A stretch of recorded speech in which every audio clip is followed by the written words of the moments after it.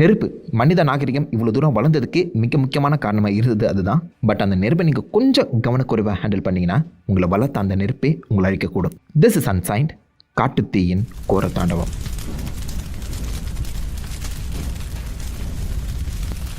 (2022) போலாண்டில் நடந்த ஒரு சின்ன அகழ்வாராய்ச்சியில் இந்த ஒரு சின்ன ஃபாசில், இந்த ஒரு படிமம் கிடைக்குது.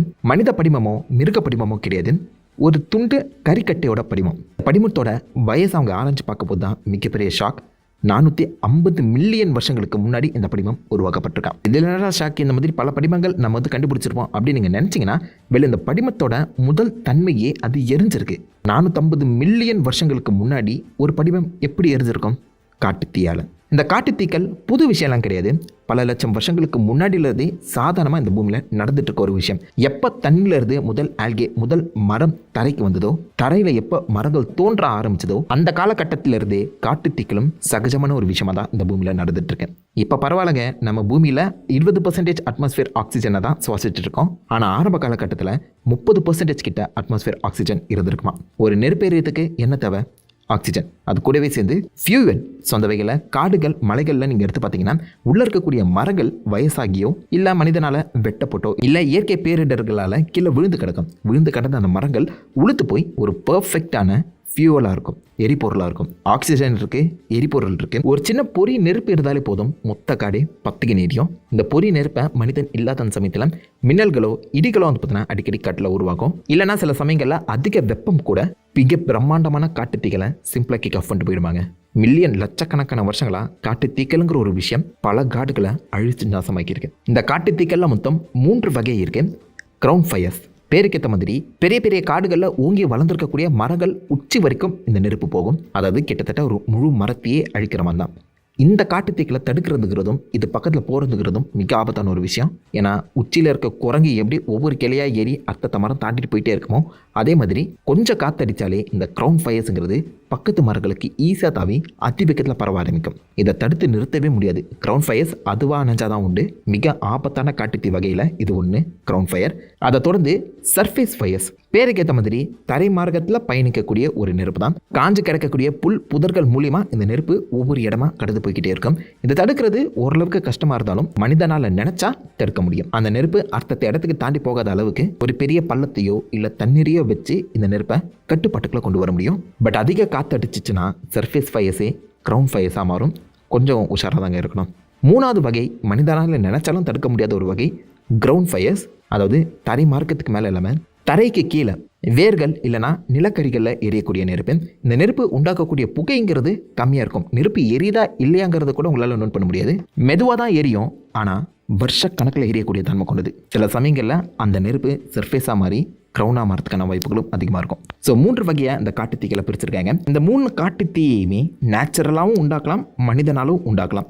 இப்போதைக்கு எடுத்து பார்த்தீங்கன்னா 90% ஆஃப் த காட்டுத்தீக்கள் மனிதனால் உருவாக்கப்பட்டது தான் அப்படிங்கிற மாதிரி சொல்லப்படுது. ஒரு 10% தான் இடி மின்னலாகவோ எரிமலை குழம்புகளாகவோ இல்லை அதிக வெப்பத்தாலேயோ உருவாகுது. மற்றபடி 90% காட்டுத்தீக்கள் மனிதனால் உருவாக்கப்படுதாங்க. சிகரெட் துண்டை குடிச்சிட்டு கீழே போடுறது, இல்லைனா electrical power surges, power lines அருந்து விழுறது, இல்லை காட்டுக்குள்ளே கேம்பிங் போனால் எரியிற நெருப்பை அணைக்காமல் வருதுன்னு சொல்லி சின்ன சின்ன தப்புகளால் மிக பிரம்மாண்டமான காட்டுத்தீக்களை உருவாகும். இந்த காட்டுத்தீக்கள் உருவாகிறதுக்கு கிளைமேட் சேஞ்ச் ஏதாவது காரணம் இருக்கான்னு நீங்கள் கேட்டிங்கன்னா அதுக்கான வாய்ப்புகள் இருக்குன்னு தான் சொல்கிறாங்க. ஏன்னா கடந்த 10 வருஷத்தை விட இந்த 10 வருஷங்கிறது கொஞ்சம் வெப்பம் கூடி தான் இருக்குது. உலக அளவில் குளோபல் டெம்பரேச்சருங்கிறது இன்க்ரீஸ் ஆகியிருக்கு. அதில் எந்த ஒரு மாற்ற கட்டத்தும் கிடையாது. பட் இது மட்டுமே காரணங்கிற மாதிரி நம்மளால் சொல்லவும் முடியாது. ஏன்னா பல லட்சம் வருஷங்களுக்கு முன்னாடியும் இந்த மாதிரி அதிக டெம்பரேச்சர் உடைய நாட்கள் உருவாக தான் செஞ்சிருக்கு. இப்போவும் குளோபல் டெம்பரேச்சர் இன்க்ரீஸ் ஆகியிருக்கு. இதுவும் ஒன் ஆஃப் த ரீசனாக நம்ம கன்சிடர் பண்ணிக்கணும். அவ்வளோதான். ஆயிரக்கணக்கான லட்சக்கணக்கான ஏக்கர்கள் கொண்ட காடுகளை அசால்ட்டாக அந்த காட்டுத்தீக்கள் 1-2 நாட்களில் அழிச்சிட்டு போயிட்டே இருக்கோம். இவ்வளோ உயிர்களை கொள்கிற இந்த காட்டுத்தீக்களை நம்ம தடுத்து நிறுத்தது தானே சரி அப்படின்னு நீங்கள் நினச்சிங்கன்னா அதாங்க தப்பு. It's a part of fire ecology.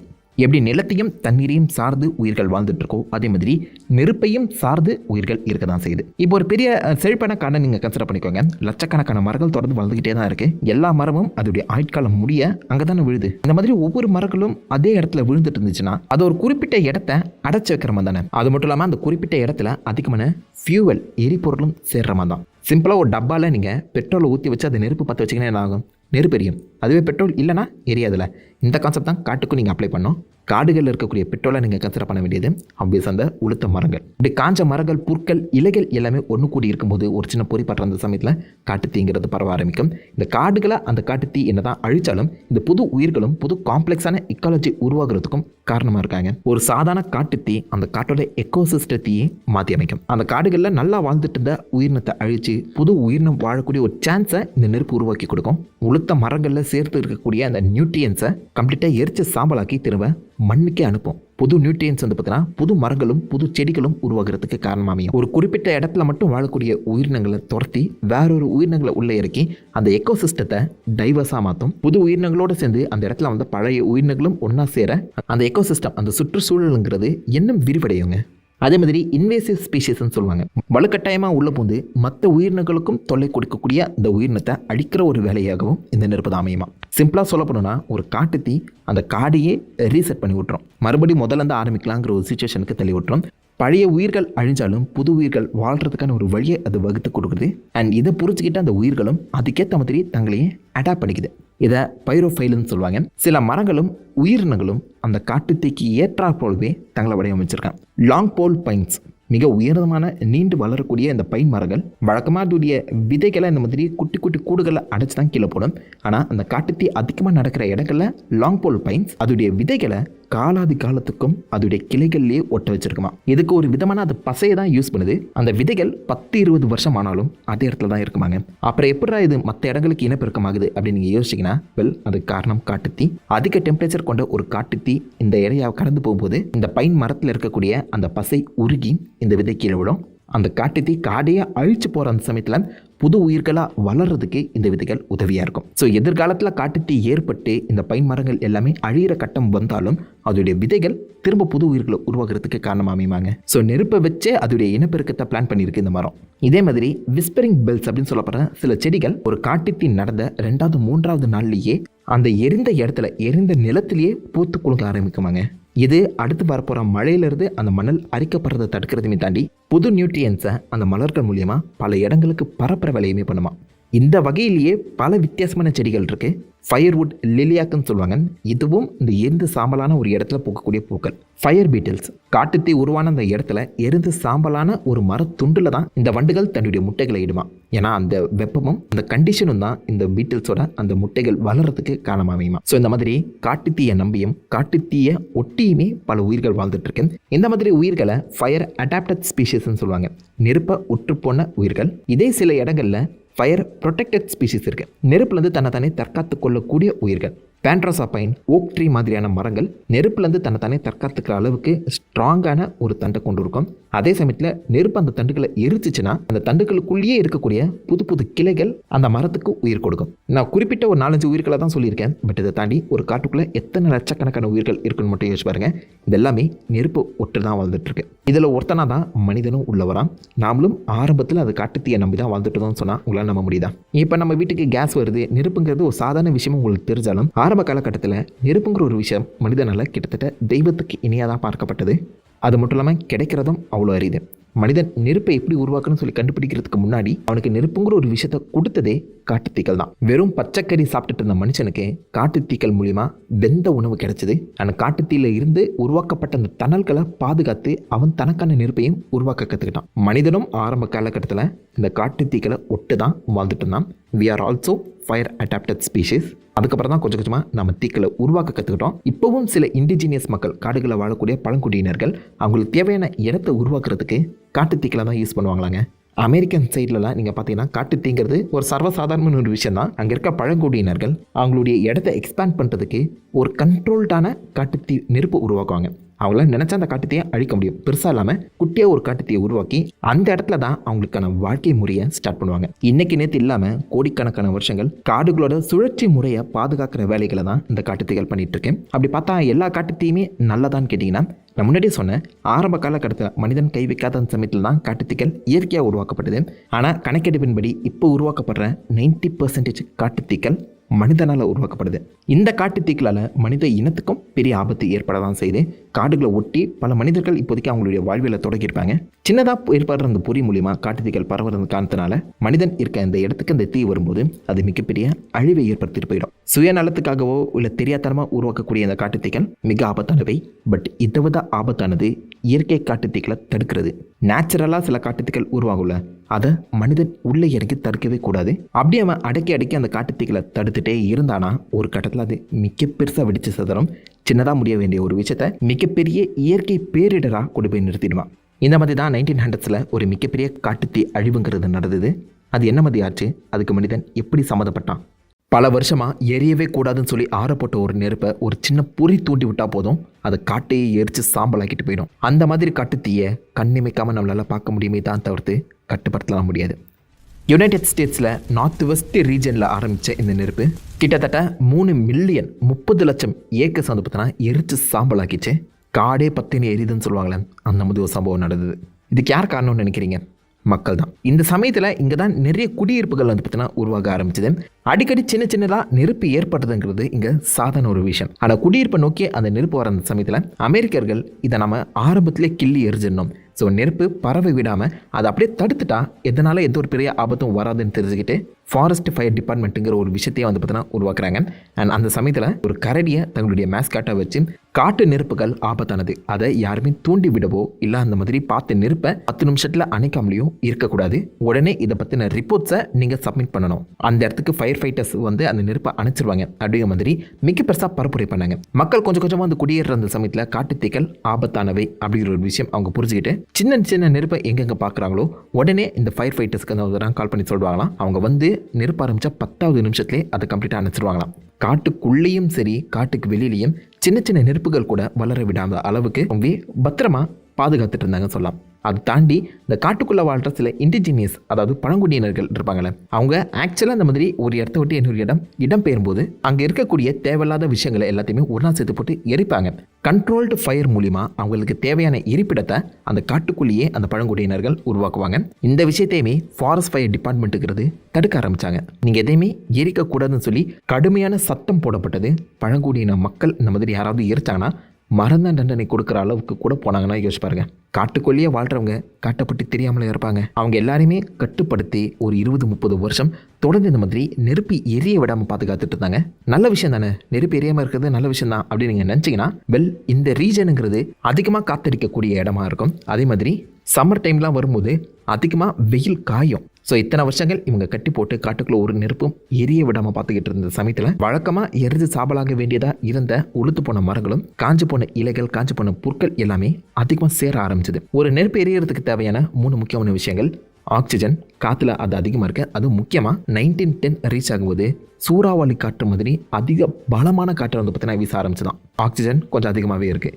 அதை தொடர்ந்து ஃபியூவல், காடு முழுக்கவே உளுத்து போன மரங்கள் எரிஞ்சு சாம்பலாக வேண்டிய நிலைமையில் இருந்தும் எரிக்கப்படாத அந்த மரங்கள், காய்ந்து போன இலைகள்னு சொல்லி அதிகமான எரிபொருள் இப்போதைக்கு உள்ளே சேர்ந்துருக்கு. அண்ட் 3வது சின்ன பொறி, இக்னிஷன். வழக்கத்தை விட அதிகமான வெப்பம் ஆகஸ்ட் 1910 அடிச்சிருக்கு. இந்த வெப்பமே காட்டுத்தீ மூழ்கிறதுக்கு ஒரு சின்ன பொறியாக இருந்திருக்கு. யாருமே எதிர்பாராத விதமாக ஆகஸ்ட் 1910 ஒரு மிகப்பெரிய காட்டுத்தீ நார்த் ஐடஹோல இருந்து வெஸ்டர்ன் மாண்டானா வரைக்கும் எரிஞ்சிருக்காங்க. ஒரு சின்ன பொறியாக தான் இருக்கும். இதை வந்து அணைச்சலாம், வழக்கத்தை போல் இதை வந்து சாதாரணமாக முடிச்சிடலாம் அப்படின்னு சொல்லி ஏகப்பட்ட ஃபயர் ஃபைட்டர்ஸ் வந்து இந்த நெருப்பை அணைக்க போராடி இருக்காங்க. அதில் கிட்டத்தட்ட 100 பேர் வந்து பார்த்தீங்கன்னா இறக்கவும் செஞ்சுருக்காங்க. எவ்வளோதான் இவங்க போராடினாலும் இந்த நெருப்புங்கிறது அதீத காத்தின் காலமாக பரவ ஆரம்பிச்சது. பல வருஷங்களாக உள்ளே போடப்பட்ட அந்த எரிபொருள்கள் இதுதான் தக்க சமயம் சொல்லி கொழுந்து விட்டு எரிஞ்சிட்டான். க்ரௌன் ஃபயர்ஸ்ன்னு சொல்லுவாங்க. ஒரு மரத்துலேருந்து இன்னொரு மரத்துக்கு ஈஸியாகவே அந்த நெருப்பு தாவி 30-40 லட்சம் ஏக்கர்ஸ் ஆஃப் ஃபாரஸ்ட் அந்த காடை எரித்து சாம்பலாக்கிச்சு. யாராலுமே ஆரம்பத்தில் இது எதுக்காக நடந்தது, எப்படி இவ்வளோ பெரிய ஒரு நெருப்பு ஆரம்பிச்சதுன்னு சொல்லி யோகிக்கவே முடியல. அதுக்கப்புறம் தான் அவங்களுக்கு புரியவே ஆரம்பிச்சது, காட்டு தீக்களும் இயற்கையோட ஒரு பங்கு தானே. பழச எல்லாத்தையுமே அழித்து புதிய உயிர்கள் பிறக்கிறதுக்கு காட்டுத்தீ உதவி செய்யும். இத்தனை வருஷம் அதை நம்ம தடுத்து அமைக்கி போட்டிருக்க அந்த சமயத்தில் ஒரு கடத்தில் அது கொழுந்து விட்டு எரிஞ்சு மிக்க பெருசாக வெடிச்சிருக்கு. இவங்க எதிர்பார்த்ததையும் தாண்டி வெடிச்சிருக்கு. இதுக்கப்புறம் தான் காட்டுத்தீக்களை அவங்க எப்படி ஹேண்டில் பண்ணணும்னு சொல்லி கற்றுக்க ஆரம்பிச்சாங்க. இப்போவும் ஃபாரஸ்ட் ஃபயர் டிபார்ட்மெண்ட் இருக்குது. பட் அவங்க கண்ட்ரோல்டான ஃபயர்ஸ் வந்து பார்த்தீங்கன்னா பெர்ன் பண்ணிட்டு இருப்பாங்க. அடிக்கடி பழங்குடியினர்களுக்கு பெர்ன் பண்ணுறதுக்கான அனுமதியும் இப்போதைக்கு காமனாக கொடுக்கப்படுதான். இவ்வளோ பெரிய ஒரு காட்டுத்தீ இனிமேல் ஏற்படக்கூடாதுன்னு சொல்லி இயற்கையை புரிஞ்சுக்கிட்டு அதுக்கேற்ற வழியில் இப்போதைக்கு நடக்க ஆரம்பிச்சிருக்காங்க. சிம்பிளாக காட்டுத்தீக்கள் பற்றின அமெரிக்கர்களோட அந்த பார்வையவே மாற்றி அமைச்ச ஒரு சம்பவம் அது. 2003 சைபீரியன் டியாகா ஃபயர். ரஷ்யாவோட சைபீரியா யாக்கூட் மாதிரியான இடங்கள்ல நீங்கள் பார்த்தீங்கன்னா இங்கெல்லாம் நம்ம கஷ்டப்பட்டு பெட்ரோல் ஊற்றி பற்ற வச்சாலும் நெருப்பு எரியா போலியே அப்படிங்கிற தான் உங்களுக்கு வரும். ஆனால் 2003 இருந்த அந்த நெருப்போட புகையை விண்வெளியிலிருந்து பார்க்கும்போது தெரிஞ்சுதான். அண்ட் இந்த புகை நார்தர்ன் ஹெமிஸ்பியர் வடதுருவத்தையே சென்றடைஞ்சுதான். அப்போ யோசிச்சு பாருங்க எந்த அளவுக்கு அதிகமான காடு எரிஞ்சிருக்குன்னு. கணக்கெடுப்பின்படி கிட்டத்தட்ட 50 லட்சம் ஏக்கர் காடு எரிஞ்சிருக்காங்க. இதுக்கு எது காரணம்? கிளைமேட் சேஞ்சுங்கிற மாதிரி தான் நிறைய ரிப்போர்ட் சொல்கிறாங்க.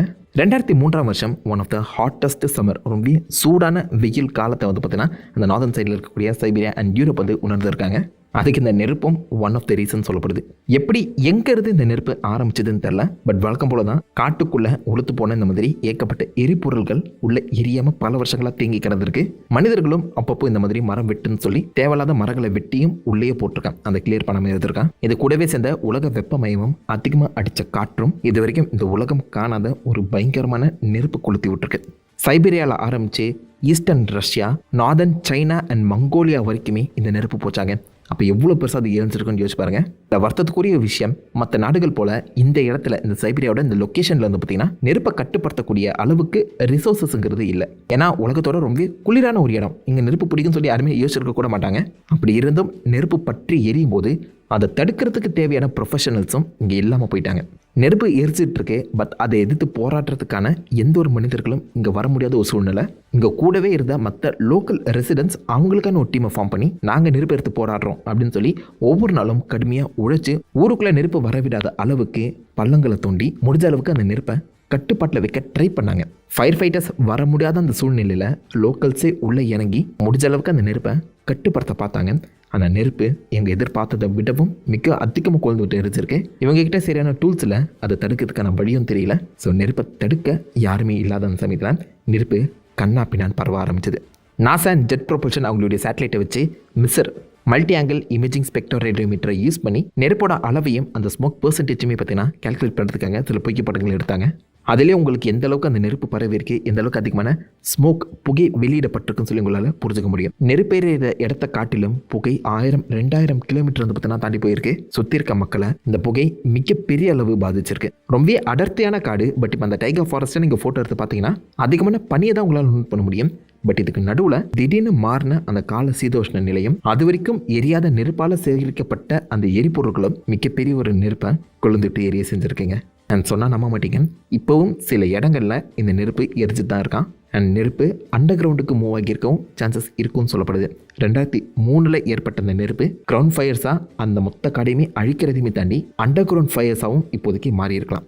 நமக்கு தெரியாத அந்த சமயத்தில் திடீர்னு திரும்பவும் இந்த நெருப்பு பத்திக்கின்னு எரியவும் சான்சஸ் இருக்குன்னு சொல்லப்படுது. இந்த ஒரு காட்டுத்தீ மட்டுமே 120 மில்லியன் டன் கார்பன் டை ஆக்சைடை நம்ம அட்மாஸ்பியருக்கு சப்ளை பண்ணியிருக்கீங்க. ஸோ க்ரீன் ஹவுஸ் கேஸ் அதிகமாக வர்றதுக்கு இந்த காட்டுத்தீயும் ஒரு காரணமாக அமைஞ்சிருக்கு. எத்தனை பேர் இறந்தாங்க சொல்லி இது வரைக்கும் தெளிவாக குறிப்பிடப்படலாம். பட் பல பழங்குடியின மக்கள் இறந்திருக்கக்கூடும். பயோடைவர்சிட்டி மிக பெருசாக பாதிச்சிருக்கோம். ஆல்ரெடி அங்கே வாழ்ந்துட்டு அந்த உயிரினங்கள் எக்கோசிஸ்டமும் மிக பெருசாக பாதிச்சிருக்கோமா. ஒரு நெருப்பு எவ்வளோ பெரிய தாக்கத்தை ஏற்படுத்துது பார்த்தீங்களா. 2020 5 வருஷத்துக்கு முன்னாடி நடந்த ஆஸ்திரேலியன் புஷ் ஃபயர், பிளாக் சம்மர்னு சொல்லுவாங்க. ஆஸ்திரேலியாவில் காட்டு தீக்கலுங்கிறது ரொம்ப காமனான ஒரு விஷயம். இதை புஷ் ஃபயர்னு சொல்லுவாங்க. மற்ற கண்டங்களை காட்டிலும் ஆஸ்திரேலியா கொஞ்சம் அதிகமான வெப்பத்தை பார்க்கக்கூடிய ஒரு கண்டம் தான். ஏகப்பட்ட காஞ்சு போன பொருட்களும் அதிகமாக வீசக்கூடிய காற்றும் ஒவ்வொரு வருஷமும் அந்த ஆஸ்திரேலியாவில் அதிகமான வைல்ட் ஃபயர்ஸ் உருவாகிறதுக்கு காரணமாக இருக்குது. ஒரு வருஷத்தில் 100-200 புஷ் ஃபயர்ஸ் ஆச்சும் அட்லீஸ்ட் ஆஸ்திரேலியாவில் நடக்குமா. சின்ன சின்னதாக அங்கங்கே நடக்கும். ஆனால் 2020 நடந்த அந்த புஷ் ஃபயர் மொத்தம் ஆஸ்திரேலியாவையே நரகமாக மாற்றிச்சாங்க. கிளைமேட் சேஞ்ச் ஒரு காரணமாக இருந்தாலும் இந்த சீசன் 2019-2020 இந்த சமயத்தில் ஆஸ்திரேலியா யாருமே பார்க்காத அளவுக்கு ஒரு பயங்கரமான வறட்சியை பார்த்துச்சான். இந்தியன் ஓஷன் டைபோல் சுழற்சி ஐஓடியோட பாசிட்டிவ் ஃபேஸ் சுழற்சிங்கிறது ஆஸ்திரேலியாவுக்கு ரொம்பவே குறைவான அளவு மழையை தான் கொடுத்துருக்கு. ஸோ வறட்சி அதிகமாக இருக்கு. காற்றில் பெருசாக ஈரப்பதமும் இல்லை, மழை சுத்தமாக இல்லை. அதிக வெப்பம்ங்கிறது மொத்த நாட்டையே காஞ்ச வறண்ட பூமியாக மாற்றிவிட ஒரு சின்ன பொறியே போதும் ஆஸ்திரேலியாவையே எரிச்சு சாம்பலாக்க. அதுதான் 2020 நடந்தது. இந்த பிளாக் சம்மர்னே சொல்கிறாங்க. அந்த சம்மர் சீசன் வெயில் அதிகமாக சின்ன பொறியில் பற்றிக்கிட்ட அந்த காட்டு தீங்கிறது 46 மில்லியன் ஏக்கர்ஸை எரிச்சு சாம்பலாக்கிச்சாங்க. அது கணக்கெடுப்பின்படி 50 மில்லியனாக கூட இருக்குன்னு சொல்லி எதிர்பார்க்கப்படுது. மிகப்பெரிய அளவுக்கு ஒரு அழிவு. அந்த ஆஸ்திரேலியாவை சுற்றி இது எரிஞ்சிச்சான். மக்கள் எங்கே போகிறது எப்படி தப்பிக்கிறதுன்னு தெரியாத அளவுக்கு அவங்கள சுற்றி முற்றுகையிட்ட மாதிரி தான் இந்த நெருப்புங்கிறது எரிஞ்சிருக்கு. கணக்கெடுப்பின்படி 33 40 மக்கள் கிட்டே இறந்துருப்பாங்களாம். மனிதர்களை காட்டிலும் பெருசாக அடி வாங்கினது வாயிலா பிராணிகள். அந்த காட்டிலையும் புதர்களையும் வாழ்ந்த மிருகங்கள் 1-3 கோடி மிருகங்கள் கிட்ட இறந்திருக்க வாய்ப்புகள் அதிகமாக. கோவாலாஸ், கங்காரூஸ், மிக அரிய வகை பறவைகள், தேல், சிலந்தி போல பல வித்தியாசமான பூச்சி இனங்கள் அண்ட் அரிய வகை மரம் செடி கொடிகள்னு சொல்லி பல உயிர்களை கம்ப்ளீட்டாக இந்த ஒரு நெருப்பு சாம்பலாக்கிச்சு. 200 டன் கிட்ட கிரீன் ஹவுஸ் கேஸஸை இது வளிமண்டலத்துக்கு அமைச்சிருக்கலாமாங்க. அது மட்டும் இல்லாமல் இந்த ஆஸ்திரேலியாவிலையும் பல வருஷங்களாக ஃபயர் சப்ரஷன் பாலிசிங்கிறது நடந்திருக்கு. நெருப்பு எரிய விடக்கூடாதுன்னு சொல்லி அமைக்கி வச்ச அந்த நெருப்பு யாரும் எதிர்பாராத விதமாக மிக பெருசாக கொழுந்து விட்டு எரிஞ்சிருக்கு. மக்கள் அவங்க வாழ்ந்த இடத்த விட்டு கம்ப்ளீட்டாக இடம் பெயர்ந்தாங்க. 100-200 வருஷங்கள் கட்டி எழுப்பப்பட்ட சர்ச், மக்கள் வசித்த வீடுன்னு சொல்லி எல்லாமே தரமட்டமாயிடுச்சு. காற்று மாசுபாடுங்கிறது 3-4 மாதம் கிட்ட நீடிச்சிச்சான். அதனாலேயே பல மக்கள் மிக பெருசாக பாதிக்கப்பட்டிருக்காங்க. பட் மனிதர்களை காட்டிலும் இந்த ஆஸ்திரேலியன் புஷ் ஃபயரில் மிக பெருசாக பாதிக்கப்பட்டது லட்சக்கணக்கான கோடிக்கணக்கான மிருகங்கள். எங்கே போகிறது என்ன பண்ணுறதுன்னே தெரியாமல் ஏற்கப்பட்ட மிருகங்கள் எரிஞ்சு சாம்பலாக்கிச்சு. சில மிருகங்களை மனிதர்கள் காப்பாற்றினாலும் ஆஸ்திரேலியாவில் இருந்ததுலேயே 10-20% கிட்ட உயிர்கள் அழிஞ்சிருக்கக்கூடும் சொல்லி என்னப்படுது. அவ்வளோ பெரிய ஒரு நெருப்புங்க இது. யோசிச்சு பாருங்க. ஆஸ்திரேலியாவே ஒரு கட்டத்தில் நரகமாக மக்களோட கண்ணுக்கு தெரிஞ்சுதான். வானம் செக்க சிவப்பா, எந்த பக்கம் திரும்பினாலும் நெருப்புனா யோசிச்சு பாருங்க. இதுலேருந்து நம்ம கற்றுக்க வேண்டிய 2 விஷயங்கள். Climate change is real. Climate சேஞ்சுங்கிறது ஒவ்வொரு நாளும் நம்ம பூமியை வெப்பமயமாக்கிக்கிட்டே இருக்கு. ஸோ முடிஞ்ச அளவுக்கு அதை எதிர்த்து போராடணும். அதை தொடர்ந்து இயற்கை கூட நம்ம சண்டை போடவே முடியாது. இயற்கை ஒரு முடிவை எடுத்துச்சுன்னா அதுக்கு நம்ம இணங்கி இயற்கைக்கு ஹெல்ப் பண்ணுமே தவிர்த்து இயற்கையை எதிர்த்து நம்மளால் ஒரு போதும் நிற்க முடியாது. This is unsigned, signing off.